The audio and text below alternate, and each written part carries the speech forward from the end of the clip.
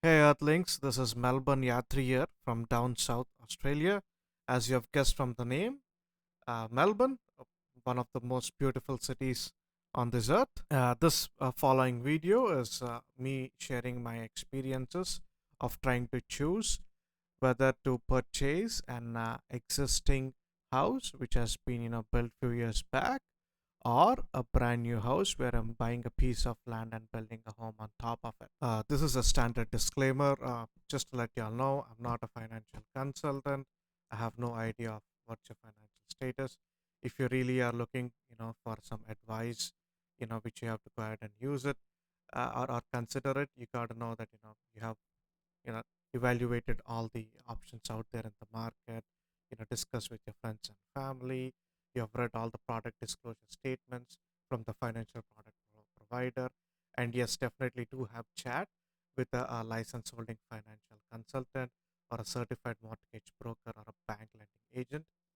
I have personally did have a conversation with luckily with a person who was a certified mortgage broker and a financial licensed financial consultant, and that actually opened up a lot of thought process. And to give you a background, right, when I was actually looking of trying to buy a home, which is my first home, I had no idea whether I could actually even afford it or not. And then the first thing I did was to just call up someone on one of the big four banks on the on the helpline number, and trying to figure out for an approximate house in Melbourne, how, for a particular amount of my budget, which is around 750k Aussie dollars, whether I'll be able to afford it or not. I mean, in terms of income and the down payment needed, yada yada yada. But then, when I spoke to them at the end of the conversation, for some reason, I have got the feeling that I might not be afforded. And then I've actually dropped my plans to actually purchase a house. And, I said, okay, it is what it is. Let me go back and save some more. But the long behold, in a couple of months' time, I saw a Facebook ad.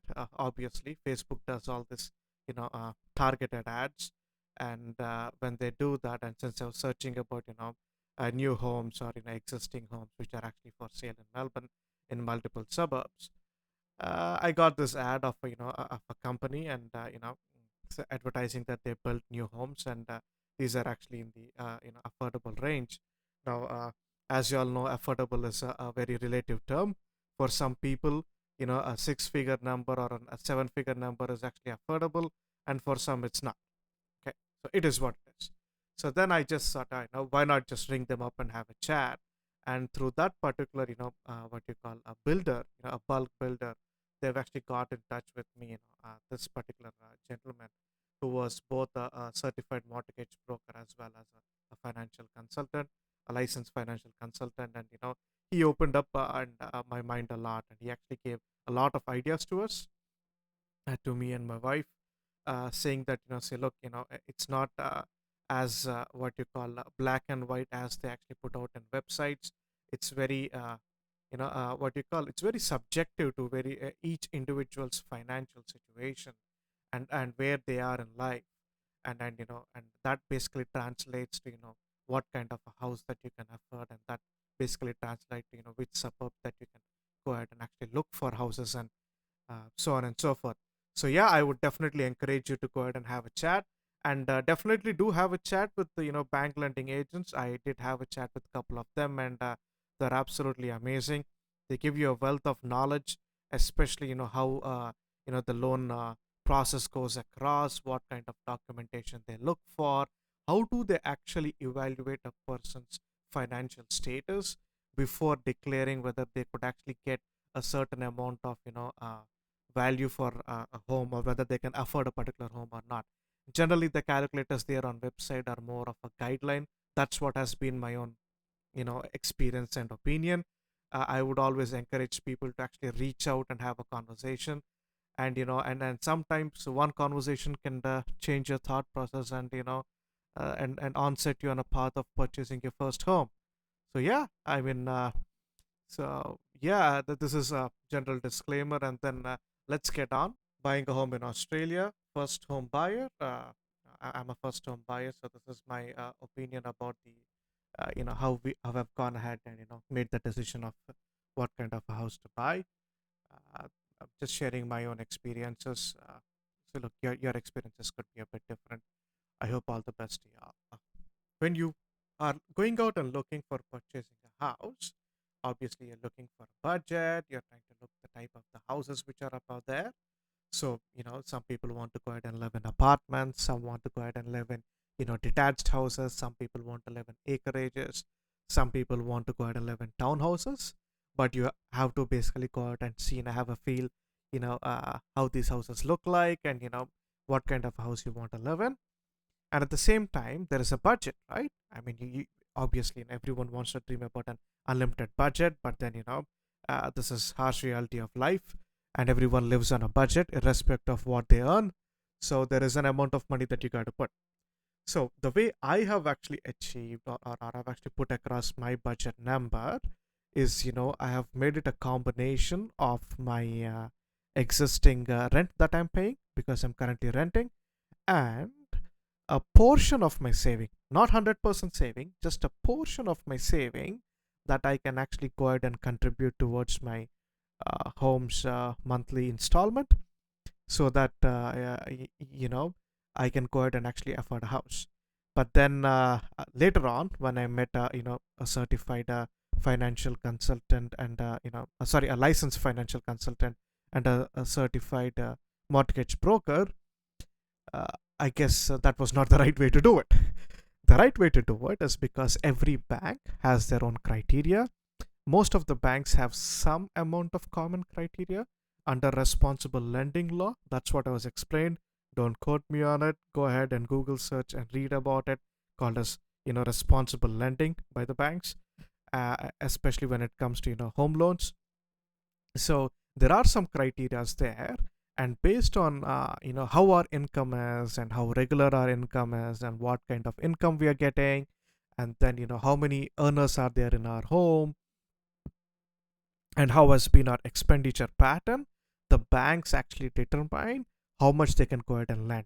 So yeah, when you're looking for a budget, I mean, I would always go ahead and suggest, and in fact encourage anyone who's actually listening to this, and watching the video, to give a ring to either a licensed financial consultant, or a certified mortgage broker, and have a chat. And interestingly, most of the what you call bulk builders, or your area real estate agents actually always know one.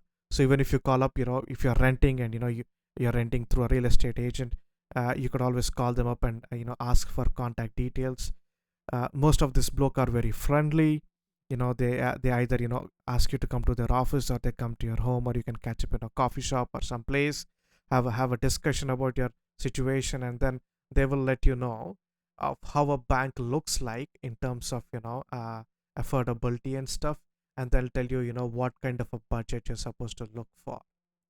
Now, based on that, based on the budget number that I got, okay, then we started looking for both existing houses that are already being built, old ones, obviously they're 10 plus years, or trying to build a new home, that is actually taking a piece of empty land and then trying to build on it. We did not consider knock and build. That is basically you're taking a home which is very old, and you knock it off, but you use the piece of land that home was built on, and build a new home on top of it. We did not consider knock and rebuild, for a simple reason, because we couldn't afford it. That's how straightforward it for us. Okay, so if you see on the right hand side, you could see that there are multiple attributes that I've laid out, which are like good as well as not good, for either you're building a new home or for an existing home. And it's completely subjective to people and how you look at. So these were actually the attributes that we looked at, me and my wife, before making a decision of either building a new house or an existing house. So for a new house, the attributes that we looked at, hey, it's a first place, first to stay, so no one has lived in that house except us, so we are the first people to stay there. Well, the stamp duty is only for land, That's a big saver for us, because in an existing house you're actually paying the stamp duty on the overall value of the house. That means it's land and the house. Whereas for a new house, at least here in Victoria, you only pay the stamp duty on the land only. You're not paying any stamp duty on the house that you're going to build on top of it. Okay, I guess that's covered under GST. I mean, I don't know. I mean, we have to go back and look up.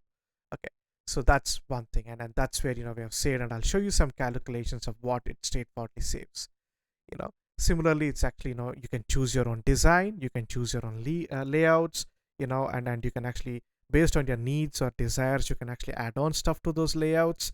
If you're building a new home, if you're buying an existing home, not building it, if you're buying an existing home, then it is what it is. You have the layout out there, the house is already up there.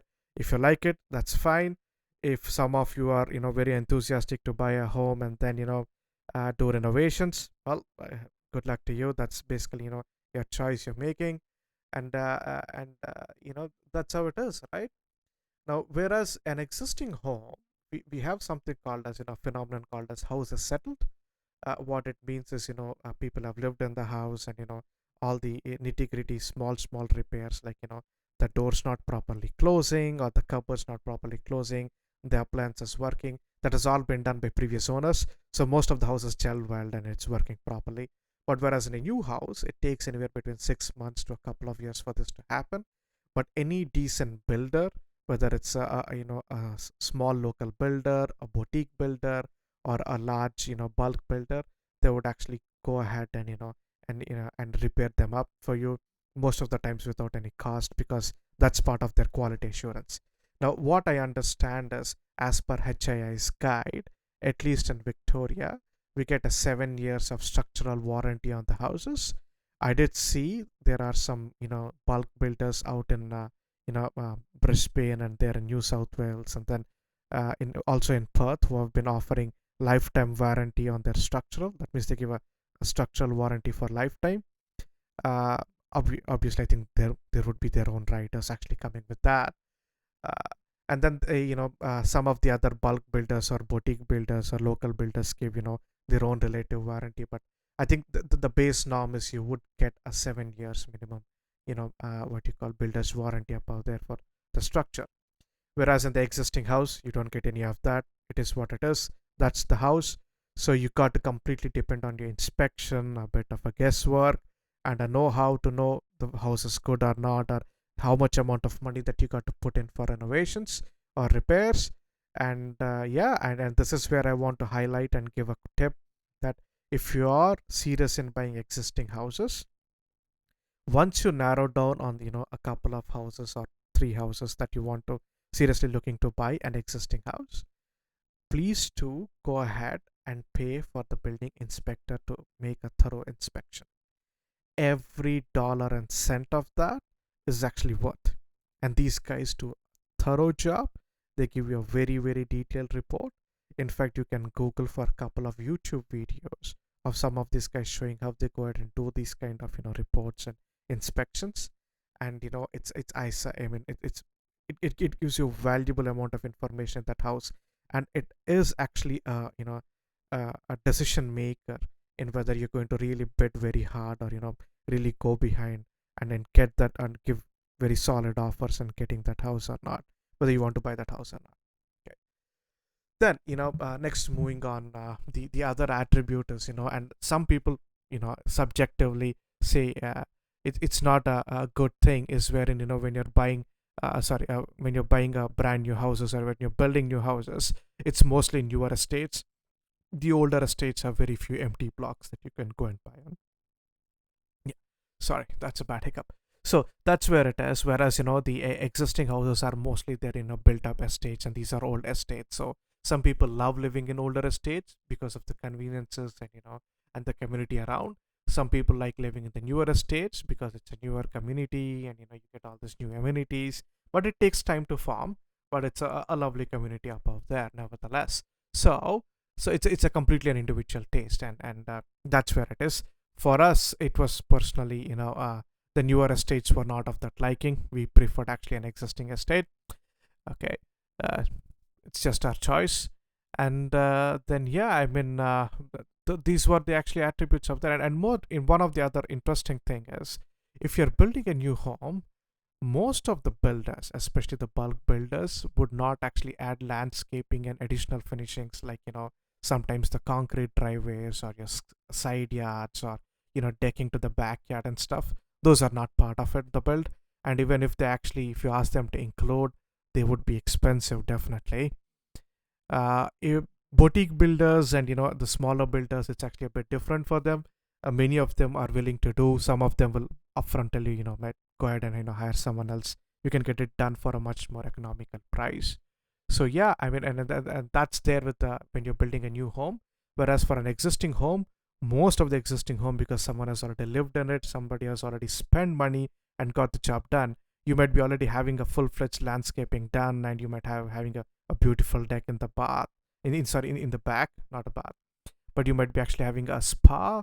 Some houses also have swimming pools as part of it. So yeah, I mean, so both have their own, good and not so good actually coming along with them.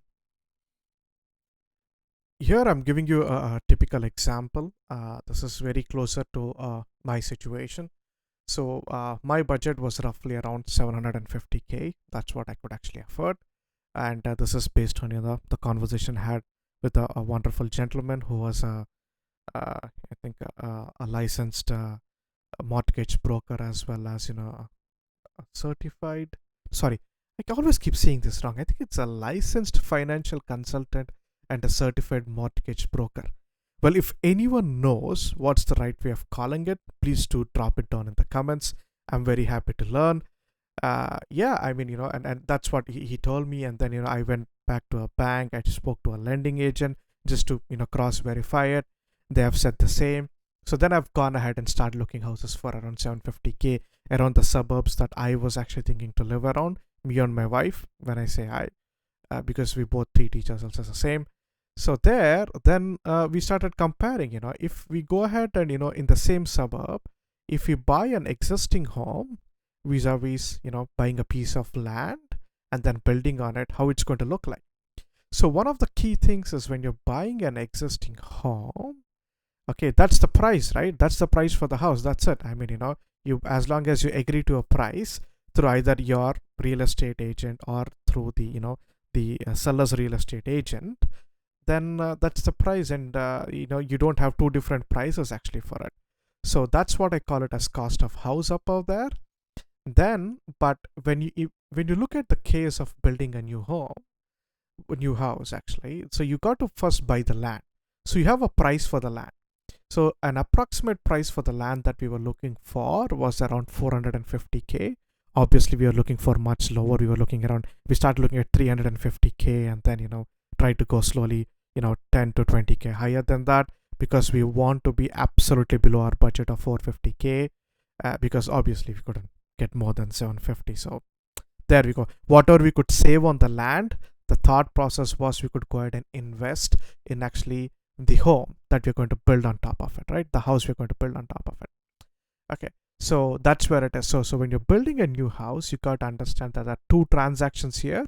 One is you're buying the land, and the other is you're signing a contract to build your home, build your house, right? So what happens here is, and this is what I was explained by my conveyancer, a wonderful lady, thorough professional. She really saved my life a lot in these transactions, is that in Victoria, the stamp duty as of November 2000, I think we bought it in 2019. As of November 2019, the stamp duty is only calculated on the cost of land, especially when you're a first homeowner. Okay, the cost of house, is not actually included as part of the stamp duty. Whereas if we were opting for an existing house, we would have actually paid stamp duty on the overall sale price.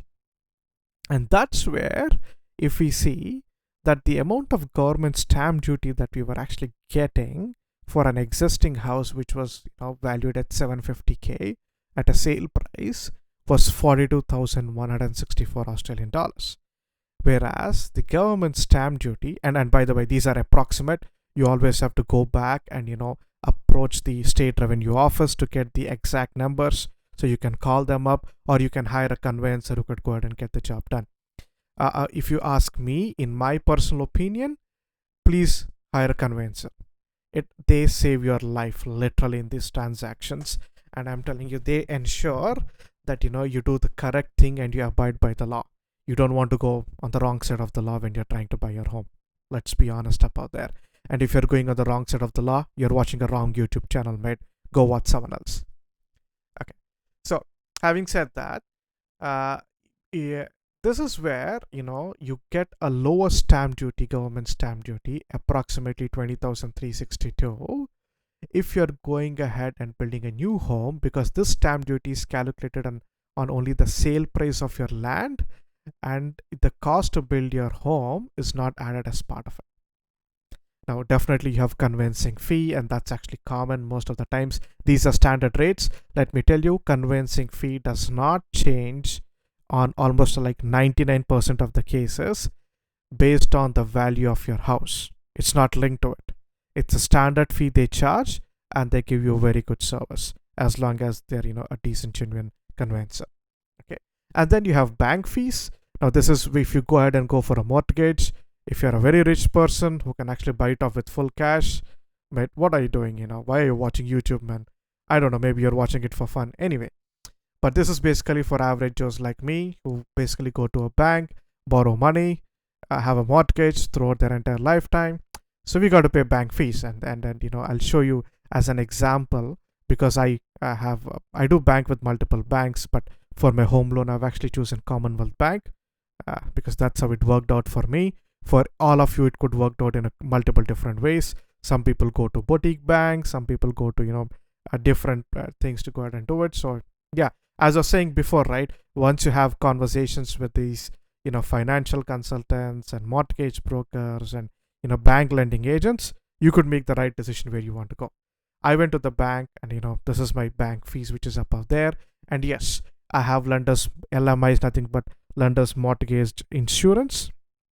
Okay, and my understanding of it, and I'll be very specific, my understanding of this is the amount of money that I am paying because I don't have 20% of this amount, the cost of the house, for down payment.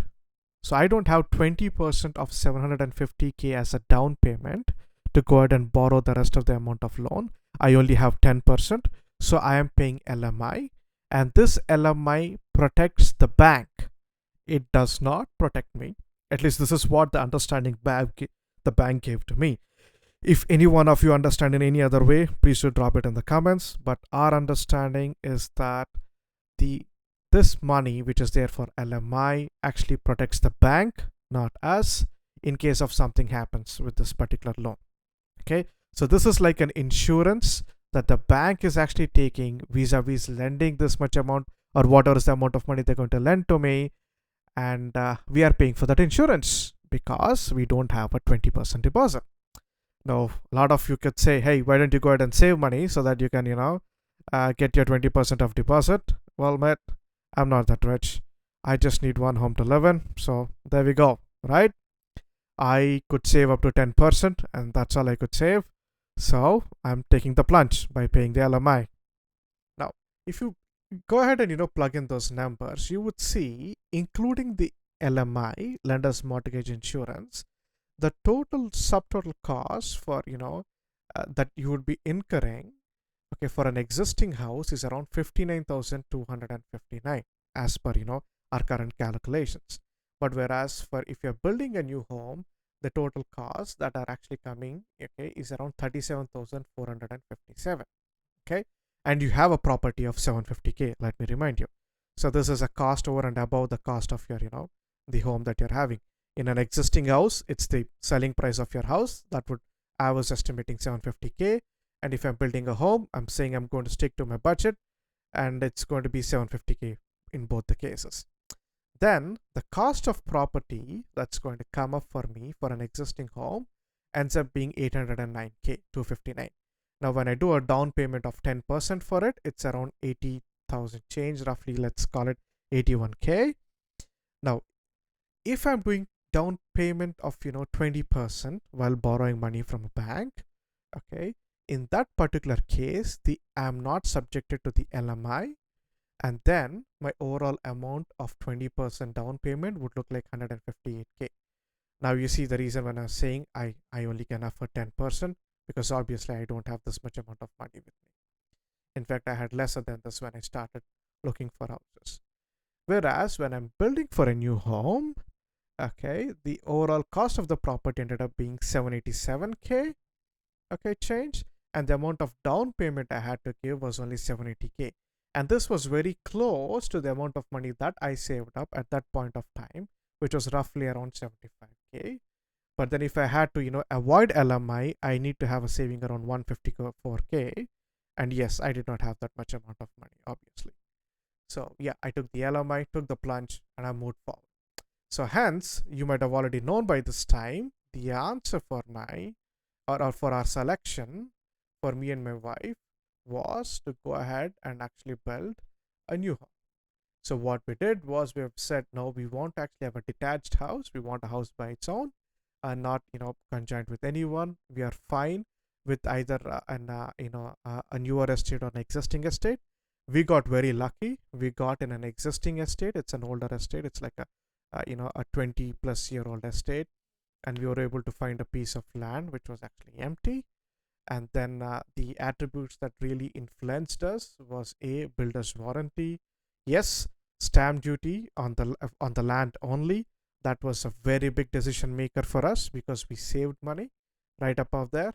Then we were able to build a design because we've seen a lot of existing houses. We did like a couple of them. We'd in fact even made a bids on a couple of existing houses, but then net we were actually compromising on the layout when we went to go ahead and build a new home. We had basically chosen the layout that we loved and tweaked it in the way we wanted. And yeah, and especially for someone like me, with a background of engineering, I prefer to know what is there in my home.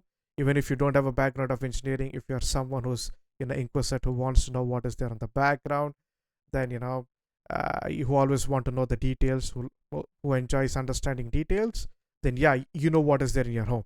You know exactly what kind of a basement you're having. That means what kind of slab has been put in there. Exactly the type of wood is being used, what kind of frame construction has been there, so on and so forth, the insulation of the house, and yada yada yada, type of appliances and everything. So yeah, those were the reasons why we got completely influenced in trying to go ahead and build a new home and not purchase an existing home. And then let me show you one final thing. When we were trying to actually buy one of the existing houses, I think this is something very highly subjective only to us. We were looking for a band of range that the real estate agents were giving, like from a minimum and maximum, and we were only bidding the minimum price, okay, for that house. But whereas we have always seen that the houses were getting sold, sometimes at least at the time frame when we were looking for houses in Melbourne, were getting sold at least around 5 to 10K more than the maximum price listed by the real estate agents. So I'm not sure if something that we were doing wrong, and if we were doing wrong, please to put it down in the comments so that I can learn and understand and maybe share it with someone. But yeah, I mean and that basically we failed 2 bids, and when we failed 2 bids, that's when we started really evaluating a new home. And then when we started putting all the attributes together for an existing house vis-a-vis building a new home, this is where we ended up being, and this was our decision making thought process. Please to share your thoughts and comments, and let us know. Do share. What do you prefer? Do you prefer building a new home, or do you prefer buying an existing house? If you do like the video, please to give a thumbs up. If you have any comments, please to post it down. I would request you all to go ahead and subscribe. There will be a video every week sharing across my journey of purchasing and building my new home, as well as please to press the bell icon so that you get a notification whenever I upload a new video. Thank you very much. Stay safe. Take care.